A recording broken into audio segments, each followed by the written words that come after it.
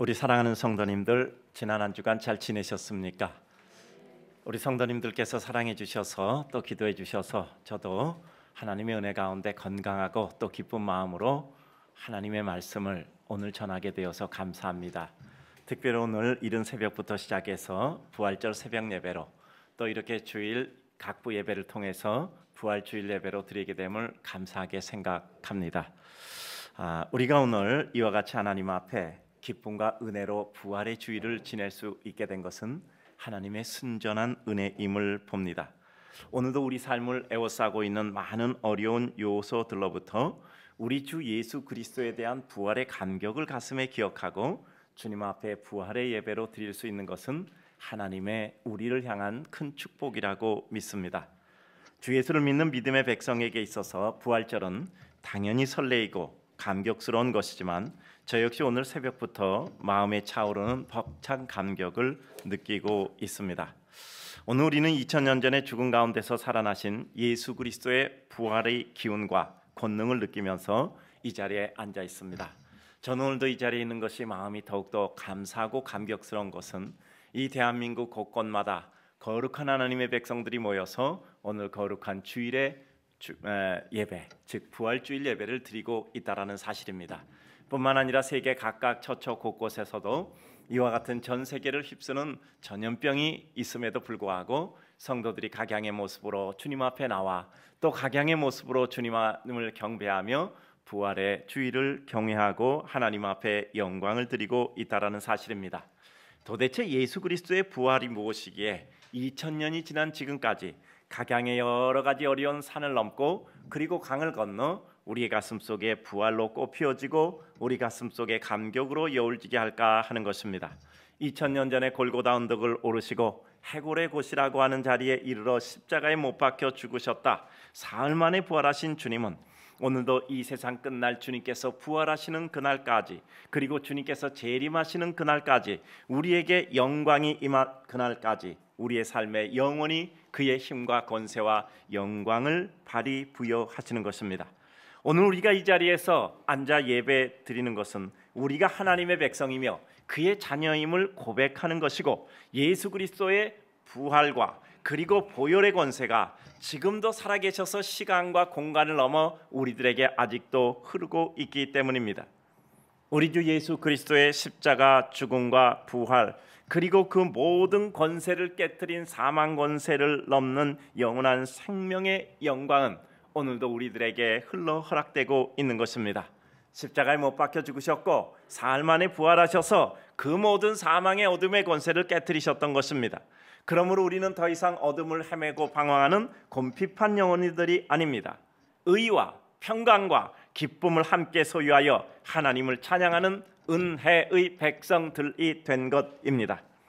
예수 그리스도께서 사흘 만에 다시 살아나셨다는 것은 정지된 호흡이 다시 시작되고 맥박이 다시 뛰기 시작했다는 물리적 재활만을 의미하는 것은 아닙니다. 이미 장례 치른 지 사흘이 지나 물과 피가 다 빠져버리고 이전의 복귀가 아닌 그 안에 품으신 영원한 생명의 새로운 솟아오름을 의미하고 있는 것입니다. 오늘 본문처럼 큰 지진이 일어나고 천사가 등장하고 돌을 굴려내는 새로운 생명의 세계에 진입을 위한 하나님의 특별 섭리가 작동하고 있는 신적 역사임을 보여주고 있습니다. 예수 그리스도는 스스로 부활의 첫 열마가 되셔서 죽음을 깨뜨리고 빈 무덤을 남기고 부활하신 것은 분명 이 지상에 있는 인생들에게 하나님의 영원한 세계가 도래했다는 것을 보여주고 선포하시는 것입니다. 그러므로 사도 바울은 고린도전서 15장 55절에서 당당히 선언합니다. 사망아 너의 이기는 것이 어디 있느냐? 사망아 너의 쏘는 것이 어디 있느냐? 사망에 쏘는 것은 죄요 죄의 권능은 율법이라.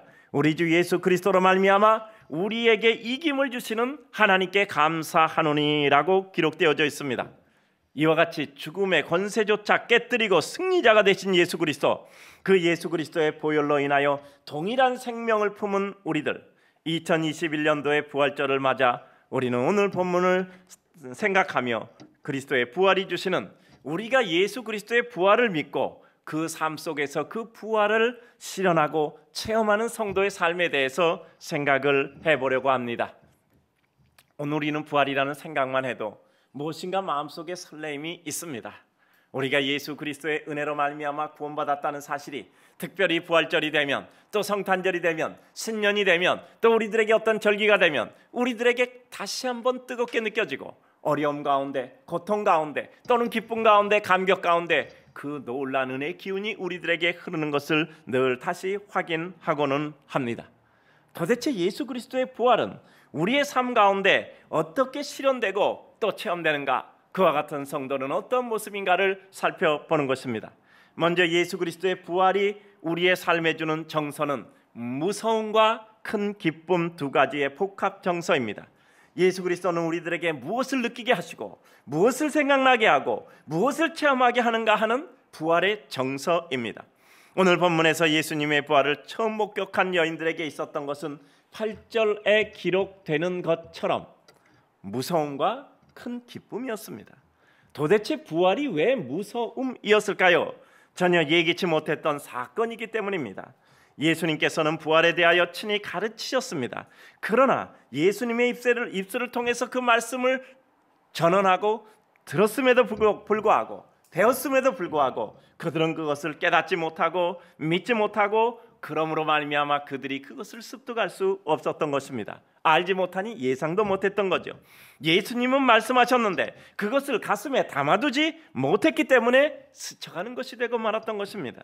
우리 이렇게 생각할 수 있잖아요. 오늘도 예배 드리는데 분주하게 딴 생각하고 있었어요. 뭔가 다급한 일이 있어서, 뭔가 자꾸 생각이 거기에 집요하게 집착되어서 벗어나지 못하는 생각이 문득 나서 가만히 있다 보니까 1시간 예배 다 끝났어요. 그러면 예배 드린 것이 다 나에게 있어서 전혀 기억되지 않고, 들은 말씀도 기억되지 않고, 심지어는 내가 무슨 기도를 하고 무슨 찬송을 불렀는지조차 생각이 안 나는 때가 있다면 우리는 참 마음이 슬프죠. 마찬가지입니다. 우리들에게 있어서 그 예수 그리스도의 말씀을 분명히 들었음에도 불구하고 전혀 듣지 못했던 것처럼 느껴질 때가 있습니다. 우리가 어떤 사실을 몰랐다, 알지 못했다라는 것은 배우지 않았다, 듣지 못했다, 가르침 받은 적이 없다라는 것과 동일어는 아닙니다. 분명히 가르쳤어요. 분명히 배웠어요. 근데도 인정하지 않으므로 내 마음속에 스쳐가 아무것도 남는 것이 없어 우리 가슴속에 남아있는 것이 전혀 없을 때가 있습니다. 생전 들어본 적이 없어요. 그러므로 우리 생활의 어떤 부분도 영향을 미치지 못하고 작동하지 않는 것이죠. 따라서 예수님께서 분명히 사흘 만에 다시 살아나시겠다고 말씀하셨고 부활에 대해서 선언하셨지만 누구도 그런 일이 일어나리라고 생각을 못했고, 나와는 관련 없는 일이라고 생각하는 딴 세상의 일이라고 느껴져 그것이 내게 전혀 남아있지 않는 스쳐가는 바람이 되었던 겁니다. 예수님은 회당장 야이로의 딸을 살리셨고, 나인성 과부의 아들을 살리셨고, 시체가 되어 나흘 때 냄새가 나는 나사로까지 살리신 분입니다. 그런데도 예수님이 사흘 만에 부활하신다는 말씀을 들었음에도 불구하고 그들은 예수님이니까 그 일을 하셨지라고 생각하고, 예수님이 세상을 떠나셨을 때는 그 일을 이룰 분이 없다라는 생각을 했고, 그러므로 말미암아 전혀 기대하지 않았던 것이죠. 그러므로 그들은 예수 그리스도의 부활을 아무도 예견하지 않았습니다. 그럼에도 불구하고 우리 예수 그리스도께서는 그가 말씀하신 대로 인간의 예측조차 못함에도 불구하고 살아나셨던 것입니다. 이것은 무엇을 의미할까요? 우리의 삶은 지식이 짧고 하나님의 뜻을 간파하지 못해서 예측하지 못하는 일이 있더라도 예수 그리스도의 권능은 우리가 미처 예측하지 못한 부분까지도 얼마든지 놀라운 은혜로 역사할 수 있단 말이죠. 내가 부족하고 부끄러운 인생이라도 주님이 우리를 사랑하시는 한 우리들에게 하늘의 능력과 영광의 권세가 내게 일어난다라는 것입니다.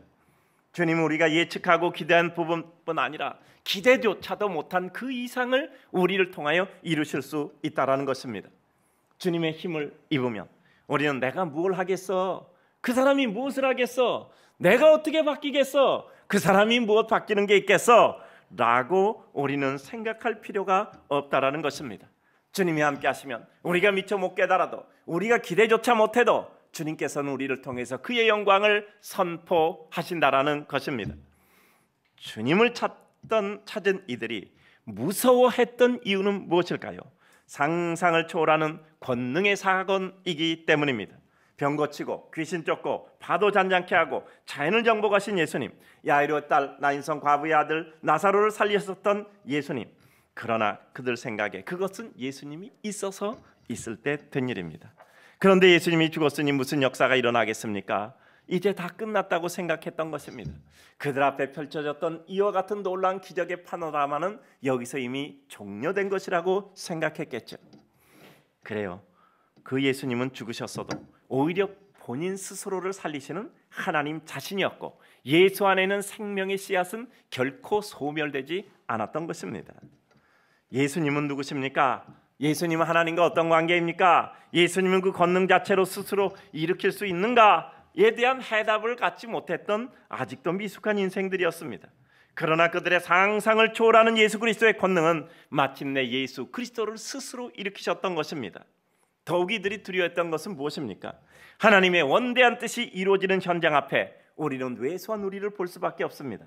하나님의 놀라운 권능과 은총의 역사 앞에 우리는 환호할 수 있지만 환호 속에 나약한 내 자신의 모습이 보여질 때 범죄한 인생의 죄의 모습 가운데 누추한 우리 인생이 바라보여져 우리는 거기서 두려울 수밖에 없습니다. 주님의 은혜를 체험하는 순간 우리는 그 은혜를 통하여 물질적 역사가 아니라 그리스도를 발견하게 되고 그리고 나를 발견하게 되니 주여 나를 떠나서서 나는 죄인이로소이다 라고 두려워 떨며 고백할 수밖에 없는 것입니다. 기적에 환호하지만 두려움으로 전율하는 것이 주님의 능력을 체험한 백성들의 순간의 모습입니다. 이 그리스도의 부활을 목격한 사람들이 이렇게 두려울 수밖에 없었습니다.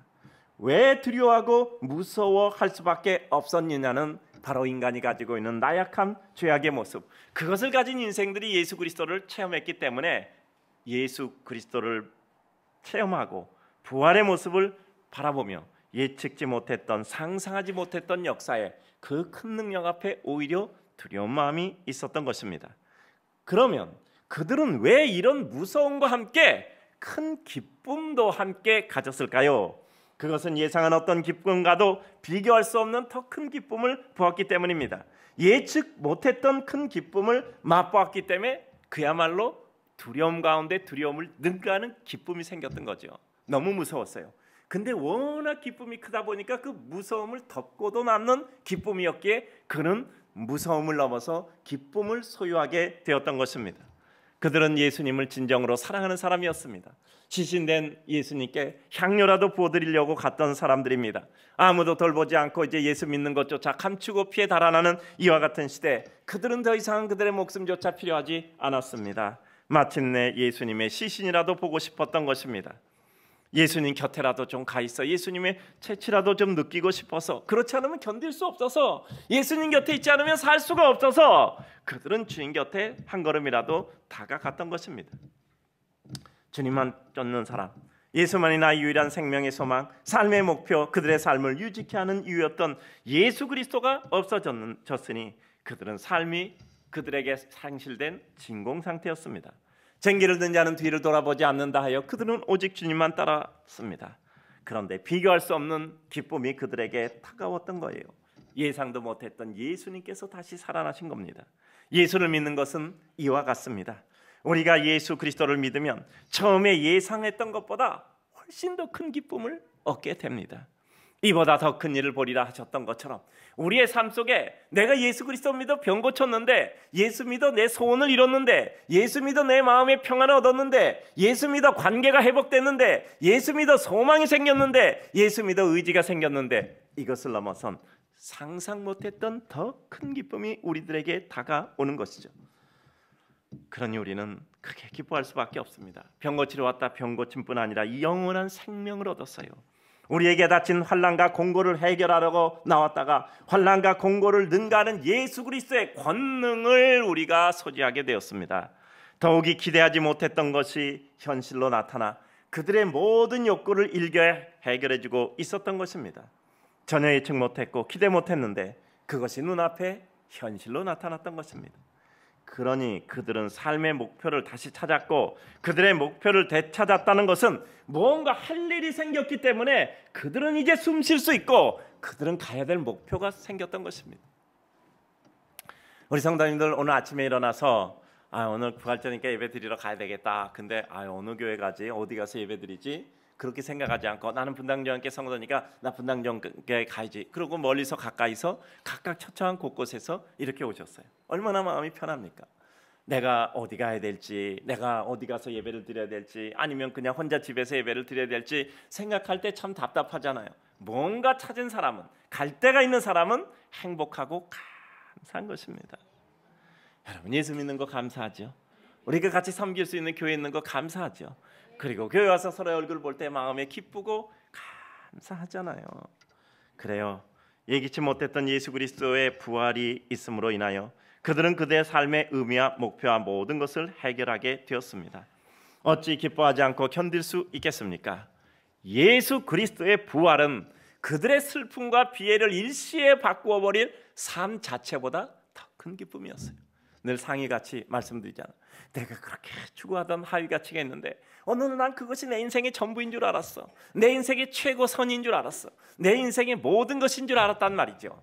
그런데 어느 날 그거보다 더 큰 기쁨이 있었어요. 촛불 바라보고 그 촛불 아래 모였던 사람이 큰 영광의 빛을 바라보니 촛불 없어도 되네? 훅 하고 불어 그 빛 가운데 살아가고 있게 된 거예요.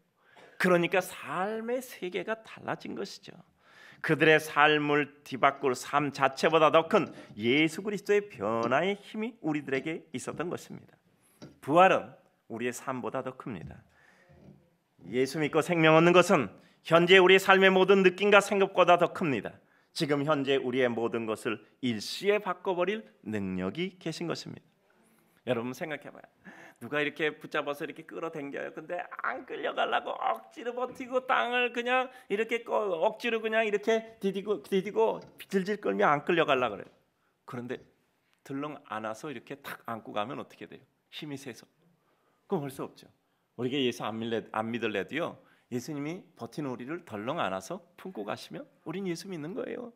나는 슬퍼요. 내 인생 고통스러워. 내 인생 기쁨이 어디 있어요? 내가 이런 상태 가운데 어디서 내가 기쁨을 누릴 수 있겠습니까? 해도 예수님이 우리를 다 안아서 덜렁 들으시면 우리는 그 모든 슬픔과 고통의 장면에서 해결되는 거예요. 그때 우리가 하는 말이 뭐죠? 야, 새로운 세계가 있구나. 새로운 은혜의 세계가 있구나. 몰랐던 것일 뿐입니다. 없는 게 아니라 몰랐던 것일 뿐입니다. 슬퍼할 수도 없을 정도로 큰 기쁨이지요. 낙심할 수 없을 정도로 주님으로 인한 소망이 큰 것이지요. 눈물로 십자가를 따라간 여인들, 예수님이 십자가에 달릴 때 그 슬픈 눈으로 그 십자가를 목격한 여인들, 가슴에 눈물을 품고 예수 그리스도의 무덤을 찾아 향품이라도 들리려 했던 그들의 슬픔을 능가하는 주 예수 그리스도의 부활의 놀라운 영광이고, 그들에게는 할 일 생겼고 갈 길 보였고 살아야 될 이유가 생겼던 것입니다. 그러니 그들은 두려움이 있었지만 두려움과 더불어 더 큰 기쁨을 가지게 되었던 것이죠. 예수 그리스도의 부활은 이와 같이 우리들에게 무서움과 두려움이라는 두 가지의 복합 정서를 통해서 진정한 하나님을 경외하는 큰 기쁨을 우리들에게 주시는 것입니다. 두 번째, 부활의 힘입니다. 주님의 부활은 그 부활을 목격하고 체험하는 자들에게 주님의 뜻을 따르게 하고 이루게 하는 힘을 가졌습니다. 그래요. 부활을 목격하고 체험하고 소유한 사람들에게 말씀의 지시에 대한 즉각적 순종을 이루게 하는 힘이 있습니다.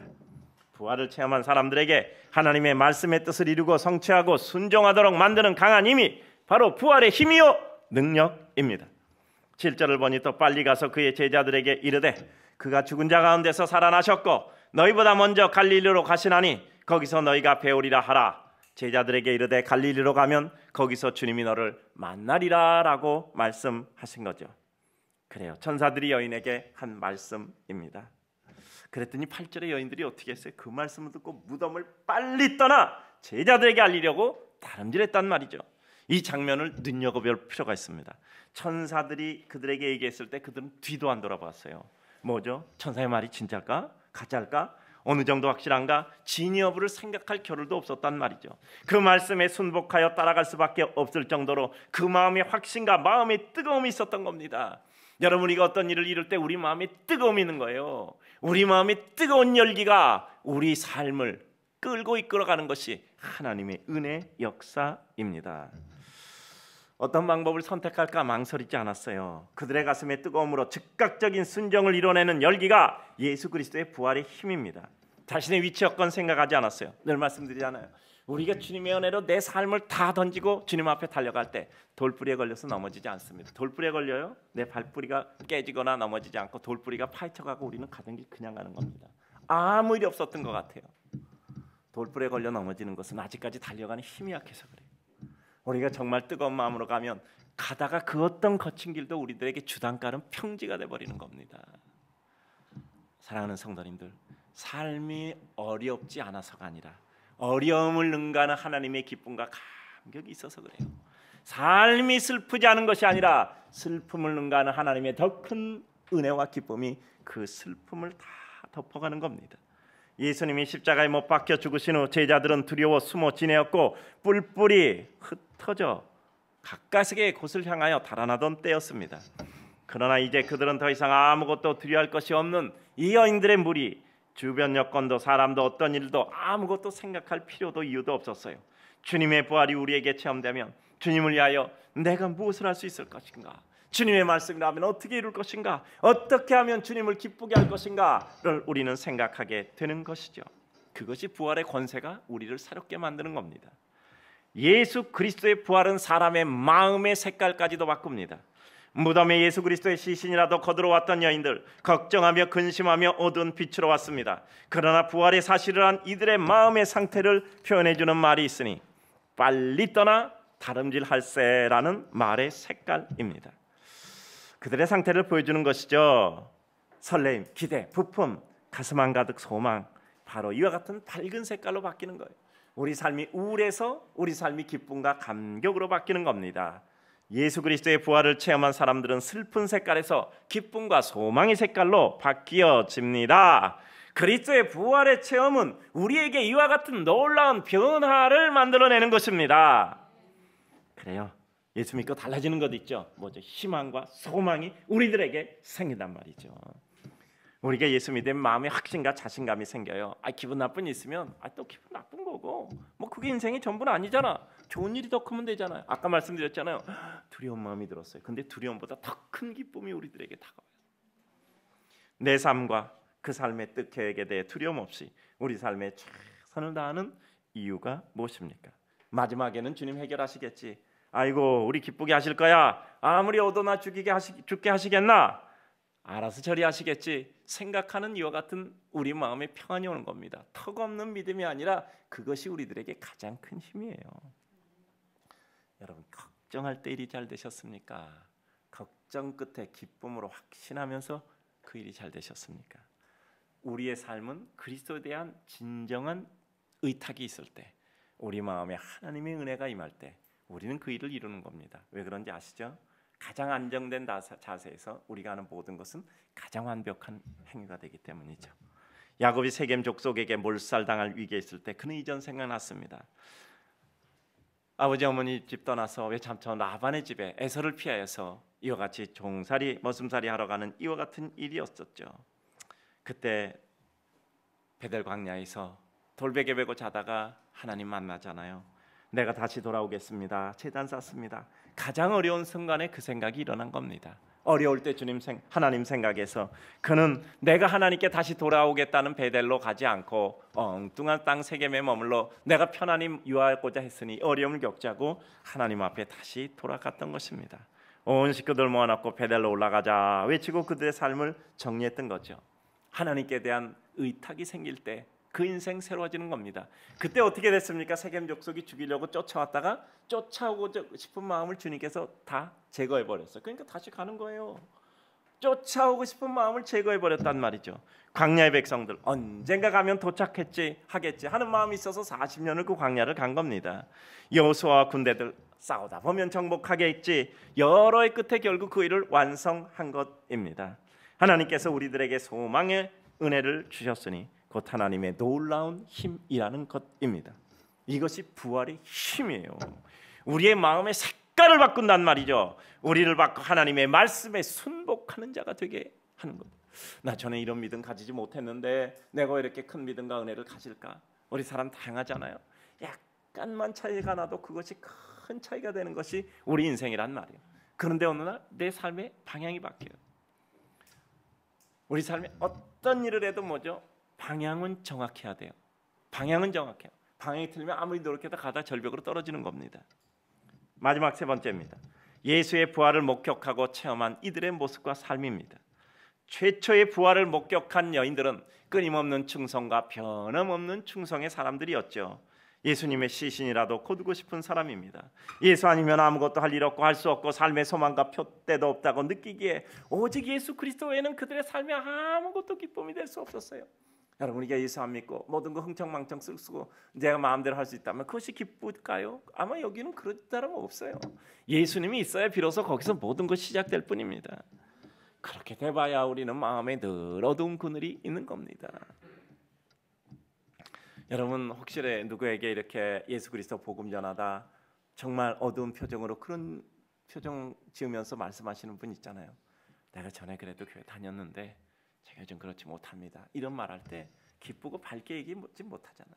늘 마음에 돌을 얹어 놓은 것 같은 마음의 무거움이 있는 겁니다. 여러분이 예수 떠나면 살 수 없어요. 예수 떠나면 살 수 없습니다.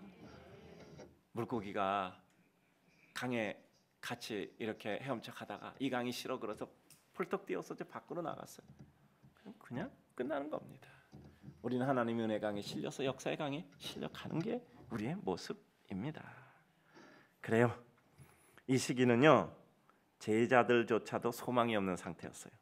그리스도가 있을 때는 주님 나라 임하면 뭔가 하겠다 생각했는데 그들의 꿈이 무너졌어요. 예수님이 죽어버려서 무덤에 들어갔단 말이죠. 무슨 소망이 있겠어요. 예수 따르려고 한 것인데 예수님이 없어졌으니 누굴 따르겠습니까? 그러나 여인들은 달랐죠.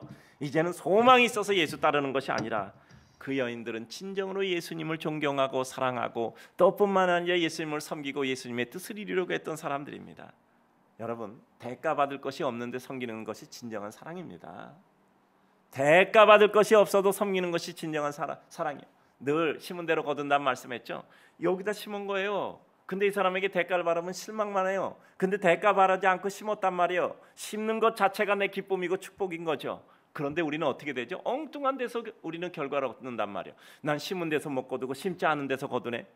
그 하나님 말씀이 틀렸나? 아니죠. 어떻게 한다고요? 밭의 범위를 크게 그려보세요. 예? 요만하게 내 마음을 가지고 하면 심은 데서 못 거두고 심지 않은 데서 거둬. 근데 밭의 규모를 이만하게 크게 그물 거버리면 이 밭에서, 내 인생이라는 밭에서, 역사의 밭에서 거두게 된단 말이죠. 그러니까 하나님을 볼 때 요만하게 가려서 보면 하나님이 안 보이고 날마다 제한된 하나님만 보여. 근데 우리 시야를 열어서 멀리 바라보면 하나님의 큰 은혜의 그림이 보이는 거예요. 이들의 믿음은 소망 없는데도 그래서 주님을 따르고 섬겼던 것입니다. 예수님 섬겨도 돌아올 대가 없음을 알고 불구하고 주님께 갔던 것이죠. 진정으로 주님을 사모하고 사랑하는 것입니다. 여러분, 내가 대가 받을 거 있어서 내가 존대하고 내가 무엇인가 사랑하고 무엇인가 한다 그러면 그 사람은 뭐라 그러죠? 기회주의자라고 얘기하는 겁니다. 그러나 그 모든 대가를 받을 이유가 없는데도 불구하고 내 마음에서 은혜를 이루는 것, 그것이 우리의 축복이죠. 사랑을 하고 끝나는 겁니다. 사랑하고 대가 받으려고 하면요 반드시 실패합니다.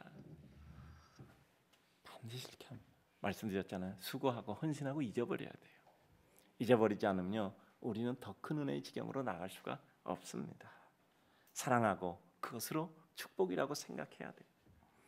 우리 인생들은 내 마음을 채워줄 수 있는 인생들이 없어요. 그래서 주님이 필요한 겁니다. 진정으로 우리는 예수님을 사랑하고 사모해야 합니다. 내게 유익 없어도 보상 없어도 칭찬 없어도 기대 없어도 끝까지 섬기는 이들이 진정으로 충성된 사람들입니다. 오늘 이와 같은 사람들이 예수 그리스도의 부활의 첫 번째 목격자들이요 참여자가 되었던 것입니다. 부활의 첫 번째 목격자가 예수님의 제자들, 항상 함께 했던 제자들이 아니라 예수님을 먼 발치에서 쫓아다녔던 그 여인들이라는 사실은 우리들에게 많은 것을 생각나게 합니다. 우리 사랑하는 성도님들, 어려울 때 여러분 가까이 있던 사람이 도와주던가요? 어려울 때 가까이 있던 사람들이 도와주던가요? 생각 못했던 사람들이 도와줍니다. 생각 못했던 사람들이 도와주는 거예요. 우리는 사람으로 보상받을 수가 없어요. 큰 하나님의 밭에서 섭섭하다 생각할 것 없어요. 내가 이 사람에게 무엇인가 은혜를 베풀었으니 하나님께서 이 사람을 통해서 또 다른 사람을 통해서 내게 은혜를 주신다라고 생각하면 됩니다. 그래요. 그 사람도 누구에게인가 은혜를 받았는데 그 사람에게 갚지 못해서 나에게 갚은 것뿐이에요. 그렇게 생각해야 우리는 인생을 이해하고 사랑할 수 있습니다. 그렇지 않으면 늘 우리는 사람에게 상처받고 죽을 때까지 상처 속에서 살 수밖에 없어요. 우리 인생을 살아간다는 것은 하나님의 큰 틀과 섭리를 이해함 속에서 우리의 마음의 밭을 넓게 그물 걸 때 우리는 하나님의 은혜 가운데 평안의 삶을 살게 되는 것입니다. 주님은 우리가 졌던 십자가를 세십니다. 내가 희생한 손실을 세십니다. 주님을 위하여 받은 상처를 세십니다. 주님께 바친 순종을 헤아리십니다. 때로는 힘들고 어려워도 아무 대가 구할 처지와 여건조차 안 돼도 순종하는 것이 믿음의 길일 뿐입니다. 끊임없는 충성, 변함없는 충성, 기대할 수 없음에도 불구하고 하는 충성, 우리가 좋아하는 말로 끝까지 하는 충성이죠. 끝까지는 대가가 없음에도 하는 충성입니다. 부활의 소식을 전하는 자들에게 찾아가셔서 기뻐하는 이들을 더욱더 확신시켜 주시고 더 기뻐하게 하시는 주님이십니다. 주님이 나타날 필요도 없어서 이들은 이미 천사의 말을 듣고 확신하고 제자들에게 그 말씀 전하려고 갔습니다. 근데 주님이요 또다시 그들에게 나타나셔서 무서워 말라, 달려가서 너희 형제들에게 갈릴리로 가라 하라 하고 평안하냐 물으시면서 말씀하셨어요. 그래요, 주님은 우리가 확신 가지고 달려가는데 나타날 필요 없으셔도요 또 나타나셔서 우리의 기쁨을 더 크게 기쁘게 하고요, 그리고 우리의 확신을 더 크게 하시는 것입니다. 날마다 주님 때문에 기뻐하고 감사하며 감격하며 사는데 주님은 또 나타나셔서 더 기쁘게 해주신단 말이죠. 성경 보면 5달란트 가지고 5달란트 남긴 자에게 1달란트 가지고 묻어뒀다 그냥 1달란트 가져온 사람 것까지 빼서서 많은 사람에게 준다고 하셨어요. 여러분, 우리들의 삶 가운데 무엇인가 기쁨이 있을 때, 하나님의 은혜 가운데 은혜를 누릴 때 하나님은 더 큰 기쁨을 주세요. 우리 성도들은 꼭 기억하셔야 돼요. 축복은 2차라 그랬죠. 첫째, 받는 축복. 2차, 받은 것을 베푸는 축복. 이것이 축복의 전부예요. 1차까지만 하면 그건 반쪽짜리 축복이야. 2차 축복까지 해야 완전한 축복이에요. 자, 다시 한번 1차는 자 따라서 합니다. 1차는 받는 축복, 2차는 베푸는 축복. 네. 그래서 하나님 앞에 우리 논리, 이유, 근거가 있는 축복을 구하자 그랬잖아요. 그리고 그대로 실행하셔야 돼요. 오늘 주님께서 우리가 날마다 주님 때문에 기뻐하고 감사하고 감격하면 그 감사의 장면에 나타나서 마르지 않는 샘을 우리들에게 허락하여 주시는 것입니다. 종교개혁자 마르틴 루터는 많은 어려움에 봉착할 때마다 이렇게 외쳤어요. 살아계시다, 살아계시다. 무덤에 갇힌 것이 아니라 부활하셔서 지금도 살아계시다. 그래, 그 주 예수 그리스도는 지금도 살아계셔서 우리들에게 역사하시는 것입니다. 오늘 말씀을 맺고자 합니다. 겨울 동안 숨지기고 있던 나무가 봄이 되면 그들이 진정으로 죽은 것인지 아니면 살은 것인지 알 수 있어요. 제가 이 기도회 전에 한 7년 정도 갔는데요, 토요일마다 올라갔는데 그 제 방에서 딱 보면 그 아래 딱 나무 두 그루가 딱 보여. 근데 겨울에는 다 새까매요. 근데 봄이 되면 그 나무가 달라요. 하나는 새까만 상태로 그냥 있고 하나는 초록색으로 거기서 순이 나요. 그러고 여름이 되면 무성해지고, 이건 여름에도 새까매. 한 나무는 죽은 나무고 하나 나무는 산 나무예요. 그래서 제가 칼럼에도 죽은 나무, 산 나무 제가 썼거든요. 여러분, 겉으로 볼 때 다 똑같아. 근데 생명의 홀씨가 있는 것하고 없는 것하고 그런 차이예요. 예수 그리스도는요, 우리들에게 있어서 생명 그 자체예요. 예수님의 부활은 생명의 씨앗조차 멸망되어 없어졌다 새롭게 창조된 것이 아니에요. 예수 그리스도 안에는 결코 죽을 수 없는 영원한 생명이 다시 발휘되어 솟아난 것입니다. 예수 그리스도를 우리 가슴에 품은 자는 결코 죽지 않고 영원한 생명을 누리게 되는 것이죠. 그러므로 예수 그리스도의 부활은 소멸될 수 없는 영원한 생명을 품으신 채 무덤에 머물러 계셨다 다시 소생한 영혼의 역사입니다. 우리 주님을 믿는 믿음의 백성도 결코 인간의 죽음으로 멸망되지 않는 우리 안에 영원한 생명을 가진 영원한 백성입니다.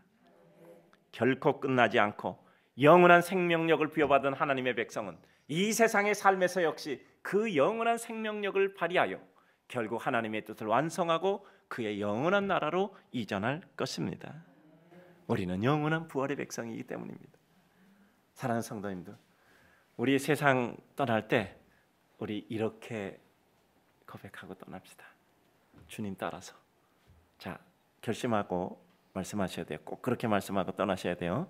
자, 길지 않아요. 금방 외울 수 있어요. 외우나 못 외우나 저고 내게도 여러분 이깁니다. 자, 따라서 합니다. 다 이루었다. 그 한마디 하시고 떠나면 돼요.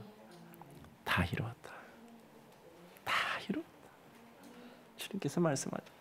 다 이루었다. 사랑을 이루고 완성을 이루고 하나님의 뜻을 이루고 나는 하늘나라 간다. 그래서 뭐라 그랬죠? 우리 성도들 꼭 예배당에서 하나님께 인사하고 가시라 그랬죠. 자, 아멘인가 물어볼게요. 여러분 다 예배당에 와서 인사하고 하나님께 갑니다. 그래요. 우리는 부활의 장면으로 가기 때문에 그래요. 2021년 부활절, 한 송이 피었다 지는 꽃 같지 않고 영원히 피어있어 생명의 지속함을 이루는 부활의 꽃 예수 그리스도, 그 부활의 아름다움, 그 단어만 들어도 가슴이 설레는 이 절기에 국가 모든 민족 그리고 특별히 하나님의 백성인 그의 성도들에게, 온 세계 민족들에게, 우리 분당교와 함께 모든 식구들에게 주님께서 살아계신 부활의 능력이 임하시기를 주님의 이름으로 축복합니다.